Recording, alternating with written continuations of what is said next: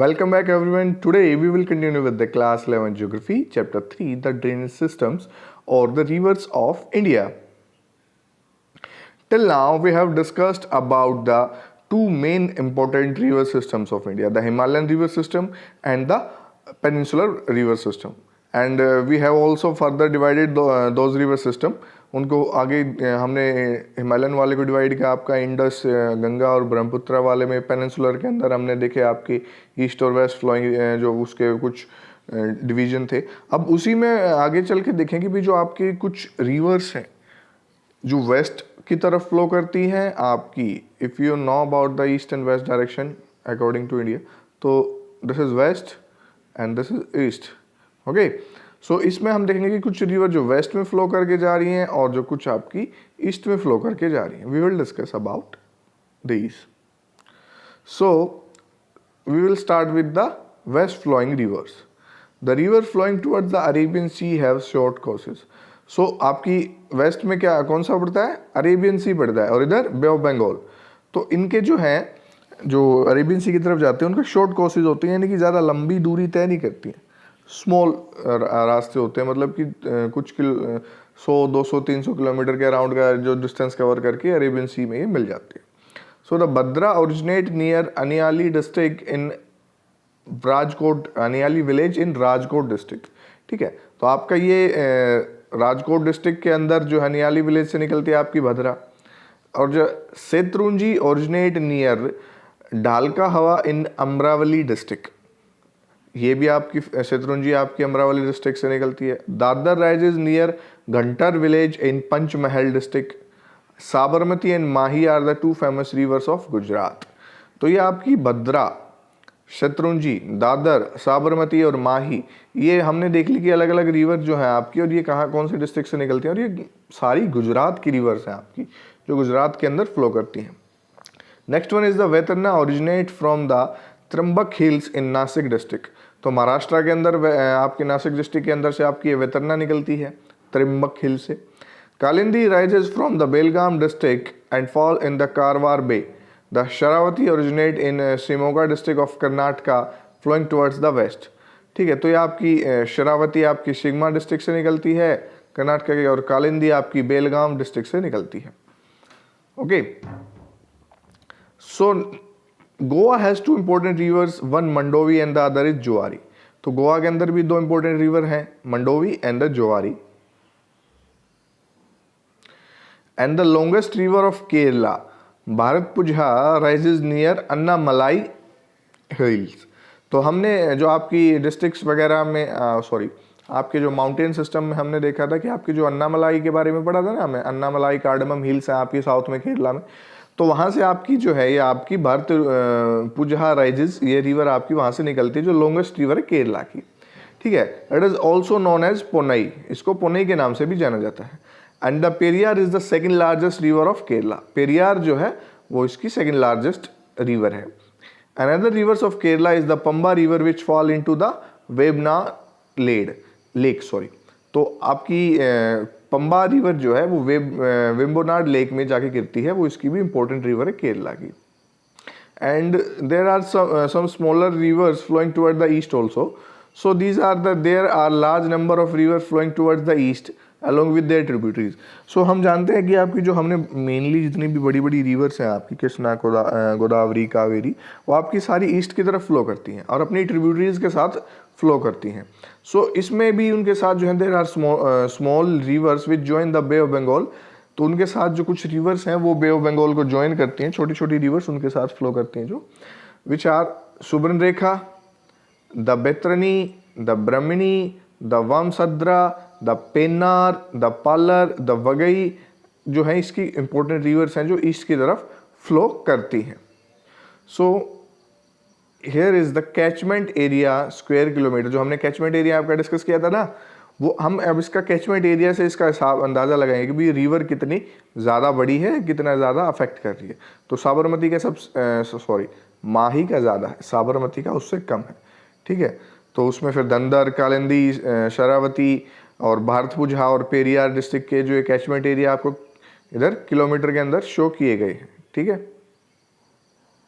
So these are the area of west flowing rivers, catchment area of west flowing rivers,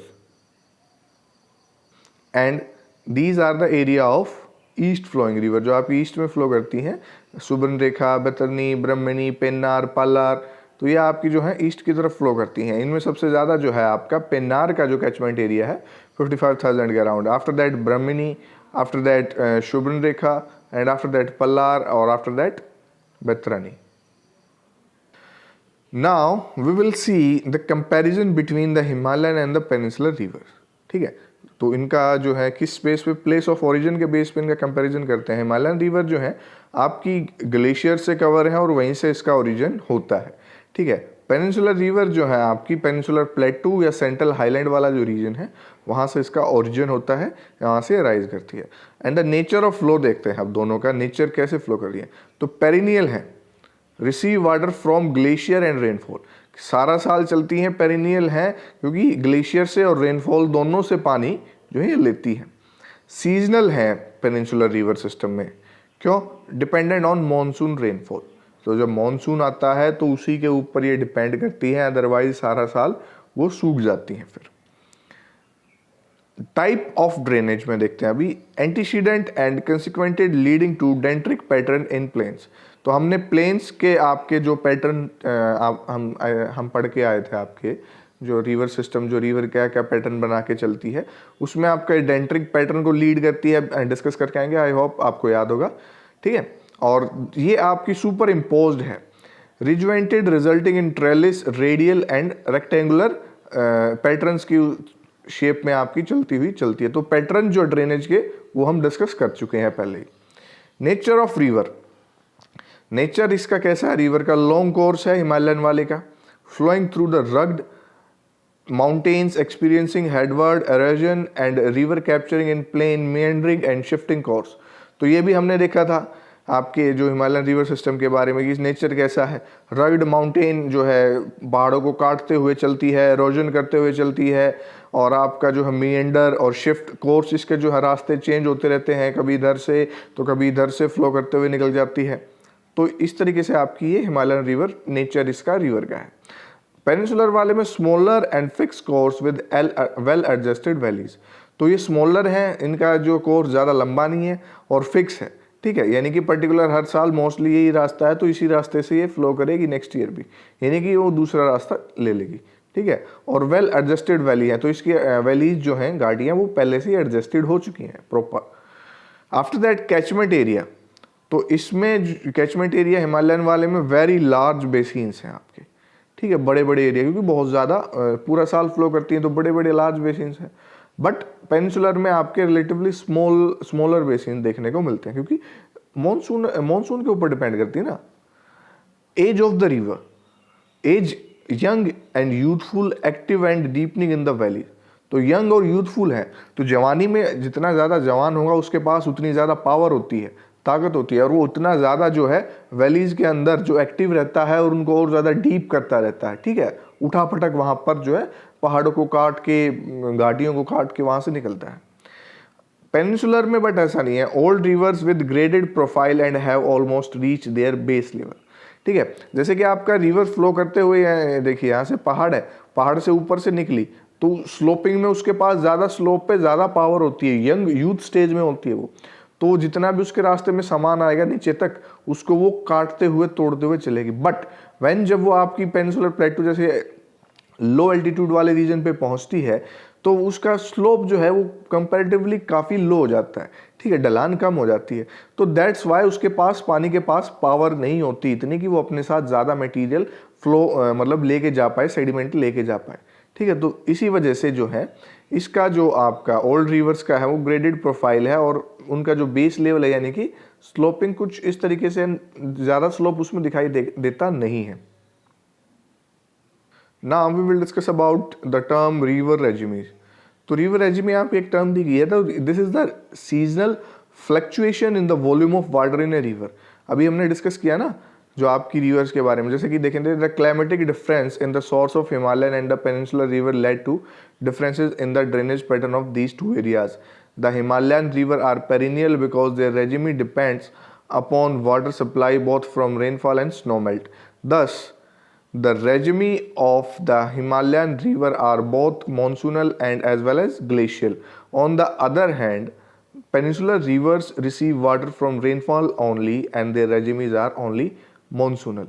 तो हमने अब ये discuss किया है आपका कि भाई जो आपका रिवर रेजिमी है वो सीजनल फ्लक्चुएशन, यानी कि जो सीजन की वजह से उस पानी के अंदर, वाटर फ्लो के अंदर जो वॉल्यूम ऑफ वाटर रिवर के अंदर आता है उसमें जो फ्लक्चुएशन आती रहती हैं, ठीक है, यानी कि कभी कम कभी ज़्यादा होता रहता है, तो that is called the river regime, ठीक है। और इसके अंदर जो इंडिया के अंदर क्लाइमेटिक डिफरेंस इतना ज़्यादा है हिमालयन और पेनिनसुलर रिवर के अंदर, जिसकी वजह से उनके ड्रेनेज पैटर्न में बहुत ज़्यादा चेंजेस आते हैं, जो हमने अभी डिस्कस किए हैं। हिमालयन रिवर आपकी पूरा साल चलती है, ठीक है, रेनफॉल और ग्लेशियर स्नो मेल्ट के ऊपर बहुत दोनों के ऊपर डिपेंड करती है। तो इसीलिए हिमालय रीजन का जो है हिमालयन रिवर्स का monsoonal as well glacial resume दोनों है, ठीक है, इसका रेजिमी मॉनसूनल और ग्लेशियल दोनों है। But on the other hand जो पेनिनसुलर रिवर है वो आपकी सिर्फ वाटर रेनफॉल के ऊपर ही डिपेंड करता है ना उसका, तो दैट्स वाई उसका रेजिमी ओनली मॉनसूनल है। And the discharge of water flowing in river is measured in cubic per second. तो क्यूबिक में इसका जो मेजर किया जाता है क्यूबिक मीटर पर सेकेंड। जितना पानी आपका रिवर में फ्लो करता है उसको मेजर कैसे करते हैं, क्यूबिक फीट पर सेकेंड, ठीक है, कितने फीट में कितना पानी जो है पर सेकेंड में फ्लो करता है। और आपका क्यूमिक्स भी है जिसमें कि भाई पर मीटर में पर सेकेंड में कितना पानी फ्लो कर रहा है, ठीक है, इस तरीके से इसको मेजर किया जाता है। Now we will see the extent of usability of river water. तो इसमें हम यूजेबिलिटी ऑफ रिवर वाटर के बारे में देखते हैं कि भाई हम यूजेबिलिटी क्या है रिवर वाटर की हमारे लिए। So river are of great use for us because they comprise a great source of fresh water. तो इसके अंदर फ्रेश वाटर मिलता है आपका, ये नहीं कि समुद्र की तरह आपका साल्टी वाटर है, साल्ट है उसके अंदर है, ठीक है। तो fresh water fresh water provide करवाता है। In fact most of our requirement of fresh water are met by rivers. तो इनफैक्ट जो हमारी जितनी भी फ्रेश वाटर की रिक्वायरमेंट होती है मोस्टली आपकी रिवर्स के द्वारा फुलफिल की जाती है। We use river water for a variety of purposes. तो इसमें कौन कौन से पर्पज आ जाते हैं जिनके लिए हम यूज करते हैं, such as irrigation, hydro electric production and navigation, ठीक है। तो आपका इरिगेशन तो होता ही है, नहरों से नदियों से सिंचाई करते हैं इंडिया के अंदर, हमें ये सब पता है आपका, ओके। तो उसमें इरिगेशन में आपका कितना यूज़फुल है, क्योंकि हर मॉनसून सारा साल तो बारिश नहीं होती ना, तो जिस टाइम बारिश नहीं होती तो हम इरिगेशन के लिए इन रिवर्स का यूज़ करते हैं। After that hydro electric production, जो आपके डैम वगैरह बना के जो है हम उससे इलेक्ट्रिसिटी का प्रोडक्शन करते हैं। नेविगेशन, कई एरिया ऐसे हैं रिवर जहाँ पर बहुत ज़्यादा बड़ी बड़ी है, वहाँ पर उसका इवन नेविगेशन के लिए भी यूज़ किया जाता है। वहाँ से जो है मटेरियल वगैरह या बोट वगैरह आपकी इतनी चलती हैं, ठीक है। तो गंगा और ब्रह्मपुत्र नॉर्थ के अंदर जो है आपकी, और साउथ के अंदर भी महानदी, उड़ीसा के अंदर गोदावरी, कृष्णा, आंध्र प्रदेश के अंदर नर्मदा, तापी गुजरात के अंदर, उन रिवर के ऊपर भी इनके ऊपर नेविगेशन किया जाता है, ठीक है।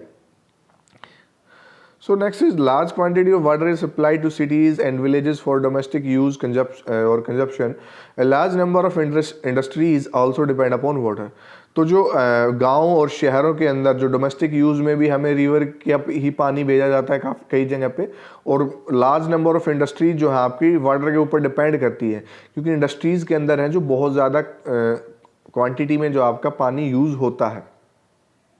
But there are some problems in using river water. So, what are the problems? No availability in sufficient quantity. तो कई बार ऐसा होता है कि आपकी जो sufficient quantity होती है, कि जितना पानी चाहिए होता है उतना नहीं आ पाता, क्योंकि हमने देखा कि जो आपकी पेनिनसुलर रीजन वाली रिवर्स हैं वो क्या है आपकी मॉनसून के ऊपर डिपेंड करती हैं। तो मॉनसून सारा साल तो नहीं आता ना, तो उस टाइम पे उसकी सफिशिएंट क्वांटिटी की जो रिक्वायरमेंट वो फुलफिल नहीं कर पाती है। रिवर वाटर पॉल्यूशन इतना ज़्यादा हो रहा है आज के टाइम पे कि वो पानी आपका यूज़ करने लायक बचा ही नहीं है, ठीक है। अभी जैसे आपका पीछे भी कितने अभियान चलाए गए, गंगा बचाओ, गंगा सफाई अभियान, कितनी चीज़ें चलाई गई, क्योंकि आपका इतना ज़्यादा पॉल्यूशन हो चुका है कि उसको हम यूज़ नहीं कर सकते पानी को। Lot of silt in the river water, तो आपके सिल्ट, क्ले या आपका जो सेडिमेंट जो रिवर अपने साथ फ्लो करके लेके आती है, तो उसकी वजह से भी जो उसमें बहुत ज़्यादा सिल्ट होता है तो वो भी ज़्यादा हम उसकी वजह से भी हमें दिक्कत आती है। Uneven seasonal flow of water, uneven seasonal flow of water जो हमने रेजिमी देखा अभी कि भाई पूरा साल सीजन के अकॉर्डिंग जो कुछ रिवर चलती है तो अनइवन सीजनल फ्लो होता है, उसकी वजह से भी जो कुछ टाइम तो पानी मिला लेकिन बाकी टाइम तो नहीं मिला ना। River water disputes between state, अब कई जो रिवर आप हमने देखा था कि कई रिवर आपकी 2-2 3-3 स्टेट्स के अंदर से फ्लो करती है, तो उन स्टेट्स के अंदर भी आपस में पानी को लेकर लड़ाई झगड़ा चलता रहता है। जैसे इंडिया पाकिस्तान का भी है, और आपका फिर स्टेट का देखें तो हमारा हरियाणा पंजाब के अंदर भी तो आपस में SYL को, सतलुज यमुना लिंक को लेकर जो है हमारा झगड़ा चल रहा है ना, if you know about that. Shrinking of channel due to extension of settlement towards the thalweg, तो आपका जो रिवर फ्लो कर रही है, मान ले उसका जो कैचमेंट फ्लो का एरिया इतना है, ठीक है, बट वो क्या हुआ कि एक टाइम पे उसमें पानी पीछे से कम आया या जो भी रीज़न रहा हो, तो उसने ये रास्ता बीच वाला ले लिया, ठीक है, बीच वाला रास्ता ले लिया। तो उसमें इस वाले रीजन में क्या किया, लोगों ने घर बनाने शुरू कर लिए, सेटलमेंट बनाने शुरू कर ली। तो क्या हो गया कि जो चैनल्स रिवर के चैनल्स थे वो पतले होते चले गए, उसको हम उस रास्ते को हमने छोटा कर दिया उसके लिए, तो उसकी वजह से भी इसका चैनल्स हैं वो पतले होते चले आ गए।